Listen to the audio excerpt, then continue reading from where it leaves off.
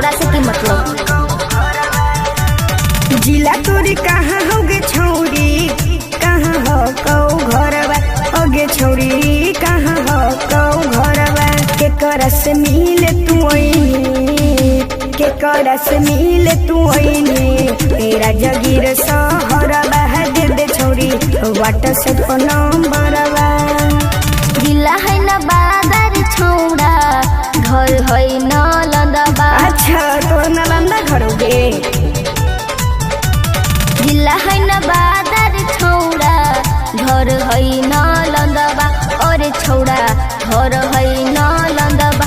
धक धक कर है करे जबा, धक धक कर है करे जबा, लागो है डरबा।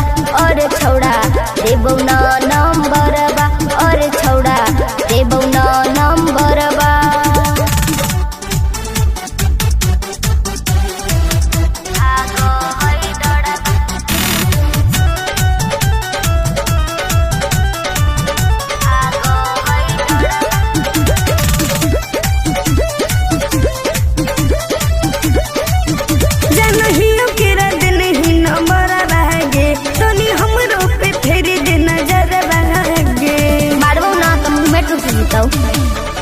जाके मैया के कहबौ घर बारे, तोरा मारतौ लोटा के दुआरा बारे। नाकी के नथुनिया देबो सोनमा के हरवा, जे मांगी जे देबो काहे लगी चिंता कैले है।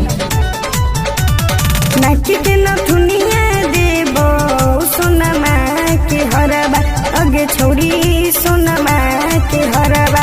हमरो के दे देगे छौरी, हमरो के दे देगे छौरी व्हाट्सएप नंबरवा। नरे छौड़ा लाग हौ दड़बा। व्हाट्सएप नंबरवा देबौ न नंबरबा।